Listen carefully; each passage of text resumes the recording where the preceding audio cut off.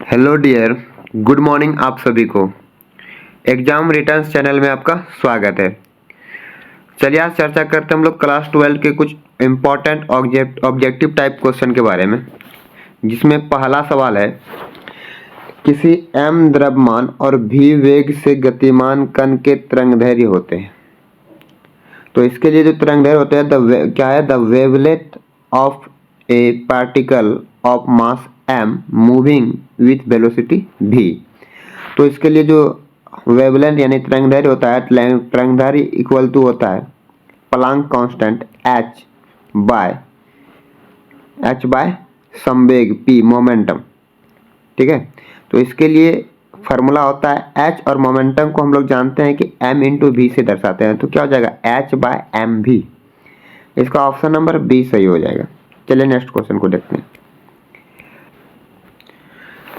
Next प्रश्न क्या है, किसी बिंदु स्रोत से परिमित दूरी पर तरंगाग्र होते हैं। बोल रहा है the wave front at a infinite distance from a point source. जब पॉइंट सोर्स से कोई तरंगाग्र निकलता है ना, वो गोलाकार होता है। कैसा होता है, स्फेरिकल होता है। चलिए नेक्स्ट क्वेश्चन को देखते हैं। नेक्स्ट क्वेश्चन है, हाइगेंस के अनुसार प्रकाश की तरंगें होती है। हाइगेंस के अनुसार, according to Huygens light wave are. तो हाइगेंस के अनुसार प्रकाश कैसी होती है, यांत्रिक और अनुदैर्घ्य होती है। लेकिन बाद में पता चला कि ये जो है विद्युत चुम्बकीय तरंग और अनुप्रस्थ तरंगे हैं। तो हाइगेंस के अनुसार क्या होता है, मैग्निकल और लॉन्गिट्यूडनल वेव होता है। चलिए नेक्स्ट क्वेश्चन को देखते हैं। नेक्स्ट क्वेश्चन है, प्रकाश फोटोन की ऊर्जा होती है। तो बता दें, फोटोन की जो ऊर्जा होती है वो E बराबर एच न्यू होती है। जहाँ न्यू क्या है, ये आवृत्ति है किसकी, प्रकाश की, जो माध्यम के बदलने से नहीं बदलती है। चलिए नेक्स्ट क्वेश्चन को देखते हैं। नेक्स्ट क्वेश्चन है, द्वितीयक तरंगिकाओं की अवधारणा दी थी। तो द्वितीयक तरंगिका का चर्चा किसने किया था, the concept of secondary wavelet was given by Huygens. किसने दिया था, हाइगेंस ने। चलिए नेक्स्ट क्वेश्चन को देखते हैं। नेक्स्ट क्वेश्चन है, प्रकाश के कणिका सिद्धांत के प्रतिपादक थे। तो प्रकाश के कणिका सिद्धांत के प्रतिपादक न्यूटन थे। कौन थे, सर आइजैक न्यूटन पूरा नाम है इसका। द प्रोपेनेंट ऑफ ए क्या corpuscular theory of wave light was, किसने दिया था, न्यूटन ने। चलिए नेक्स्ट क्वेश्चन को देखते हैं। प्रकाश किस प्रकार के कंपन से बदलता है। प्रकाश किस प्रकार के कंपन से बदलता है, the light wave, light is formed by which type of vibration. तो देखिए हम बता दें कि प्रकाश जो है वो इलेक्ट्रोमैग्नेटिक वेव से बदलता है। कैसे, इसमें हम लोग जानते हैं कि इसमें इलेक्ट्रोमैग्नेटिक वेव जो है वो क्या होता है, लंबवत गति करता है। कैसा गति करता है, लंबवत गति करता है ना। कैसा गति करता है, लंबवत गति करता है। ये कैसा गति करता है, लंबवत। और इसके लिए आंसर क्या जाएगा, इलेक्ट्रोमैग्नेटिक यानी कि विद्युत और चुंबकीय क्षेत्र, है ना। तो इसका आंसर हो जाएगा ऑप्शन नंबर सी। चलिए नेक्स्ट क्वेश्चन को देखते हैं।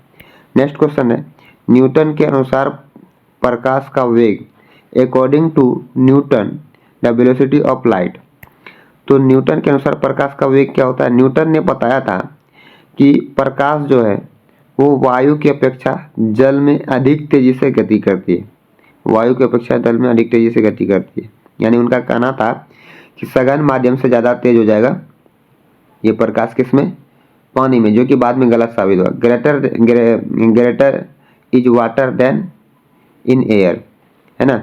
तो इनका कणिका सिद्धांत में ये बताया था जिसका कि कहना गलत था। चलिए नेक्स्ट क्वेश्चन को देखते हैं। नेक्स्ट क्वेश्चन है, प्रकाश के तरंग गति सिद्धांत के अनुसार प्रकाश का वर्ण निर्णायक है।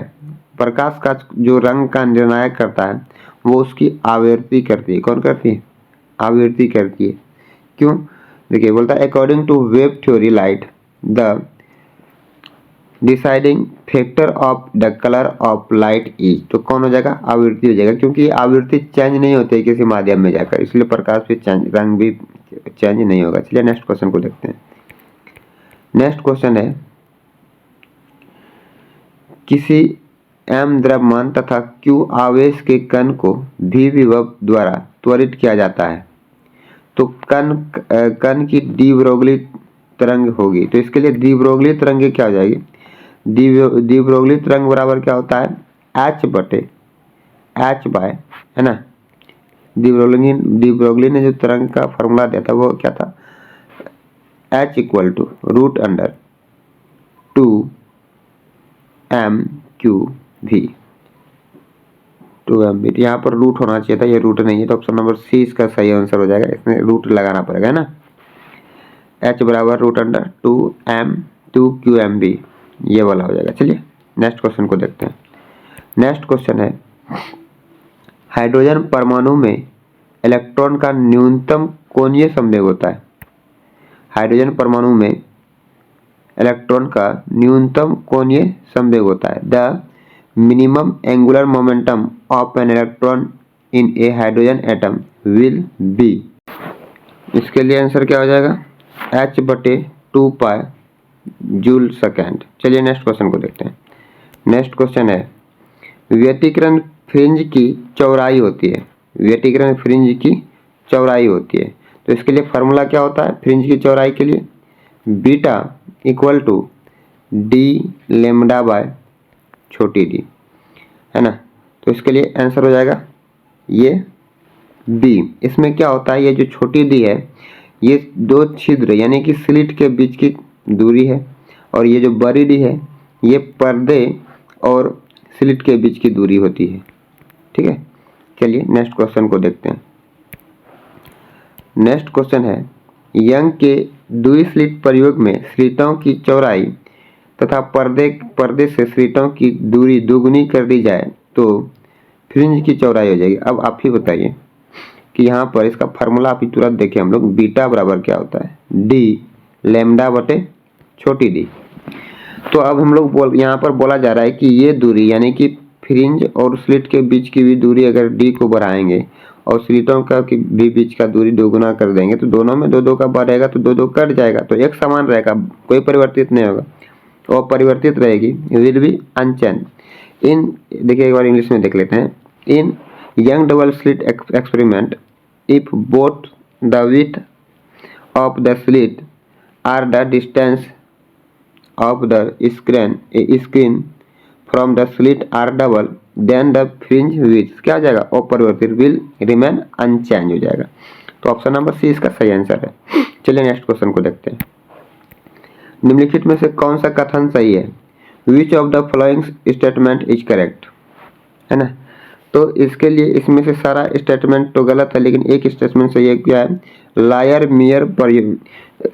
मियर प्रयोग में केंद्रीय दीप्त फ्रिंज अनुपस्थित होते हैं। In Lloyd mirror experiment the central bright fringe is absent. Option number इसका ए सही आंसर है। चलिए नेक्स्ट क्वेश्चन को देखते हैं। नेक्स्ट क्वेश्चन है निर्वात में 6000 एंगस्ट्रॉम तरंगदैर्घ्य का प्रकाश 1.5 अपवर्तनांक वाले माध्यम में प्रवेश करता है। माध्यम का तरंगदैर्घ्य होगा, तरंगदैर्घ्य पूछ रहा है। The light of wavelet 6000 angstrom from vacuum enters its medium of refractive index 1.5. Its wavelet in the medium will be। जिसके लिए फार्मूला क्या होता है, अगर किसी माध्यम का हम लोग वेवलेट निकालते हैं यानी तरंगदैर्घ्य निकालते हैं तो इसका फार्मूला होता है lambda medium equal to lambda vacuum by mu. Mu क्या है, अपवर्तनांक है। इसके लिए वैक्यूम में जो यानी कि निर्वात में जो प्रकाश की वेग है वो कितनी हो जाएगी, कितनी तरंगदैर्घ्य है उसका 6000 अपॉन में अपवर्तनांक कितना 1.5। जब इससे डिवाइड करेंगे तो यहाँ 0 हो जाएगा और यहाँ पे 15 से कटेगा कितना 4 बार में तो 4000 एंगस्ट्रॉम हो जाएगा। इसका ऑप्शन नंबर ए सही आंसर है। चलिए नेक्स्ट क्वेश्चन को देखते हैं। नेक्स्ट क्वेश्चन है एक पतली फिल्म का रंग होता है, एक पतली फिल्म का रंग होता है तो क्या है the reason of the colour of a thin film is. तो किसके कारण से होता है पतली फिल्म का रंग, विवर्तन के कारण से। किसके कारण से, विवर्तन के कारण से। ठीक है, चलिए नेक्स्ट क्वेश्चन को देखते हैं। एकल बोल रहा है कि एक एकल स्लिट जिसकी चौड़ाई ई लेमडा तरंगदैर्घ्य के प्रकाश लेमडा तरंगदैर्घ्य के प्रकाश से प्रकाशित की जाती है। प्रकाश क्या है, निम्नलिखित 60 डिग्री कोण पर प्राप्त होता है। यदि अब इसमें हम लोग देखेंगे ऑप्शन, पहले यहाँ पर एक बार इंग्लिश में पढ़ लेते हैं। बोल रहा है कि a single slit of width is illuminated by light of wavelength lambda. The first minimum will be obtained at the 60 degree if। तो इसके लिए क्या फॉर्मूला होगा, चलिए देखते हैं फॉर्मूला को। क्या होता है, E sin theta equal to lambda, ये इसका फार्मूला होता है। तो यहाँ साइन थीटा का मान कितना 60 डिग्री और साइन 60 डिग्री का मान कितना होता है √3/2 इक्वल टू लेमडा। जब यहाँ ई बराबर हम लोग निकालेंगे तो ये 2 ऊपर चला जाएगा, हो जाएगा क्या 2 λ/√3 है ना। तो इसका आंसर क्या हो जाएगा 2 λ/√3, 2 λ/√3। इसका ऑप्शन नंबर बी होगा सही आंसर। चलिए नेक्स्ट क्वेश्चन को देखते हैं। नेक्स्ट क्वेश्चन है, यदि पीले प्रकाश को एक्स किरण से बदल दिया जाए तो विवर्तन प्रतिरूप होती है।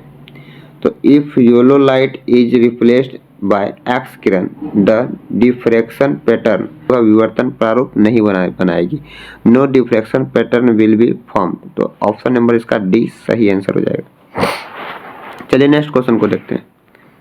नेक्स्ट क्वेश्चन है, यंग के प्रयोग में यदि प्रकाश की तरंगदैर्घ्य दोगुनी कर दी जाए तो फ्रिंज की चौड़ाई क्या हो जाएगी।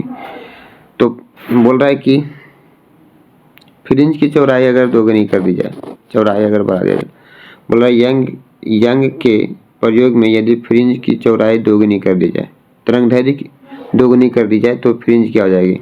तो हम लोग इसके लिए फार्मूला क्या पढ़ें, लिखिए क्या लिखा है कि in Young experiment if the wavelength of light is double the fringe width.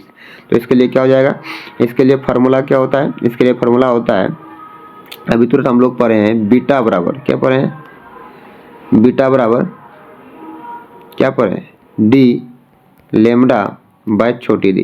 तो इसमें तरंगदैर्घ्य को जब हम लोग दोगुना करेंगे तो ये भी दोगुना हो जाएगा, तो ये भी क्या हो जाएगा डबल हो जाएगा, इसको समानुपाती होता है। चलिए नेक्स्ट क्वेश्चन को देखते हैं। नेक्स्ट क्वेश्चन है, व्यतिकरण फ्रिंज की चौड़ाई होती है the width of interference fringe is.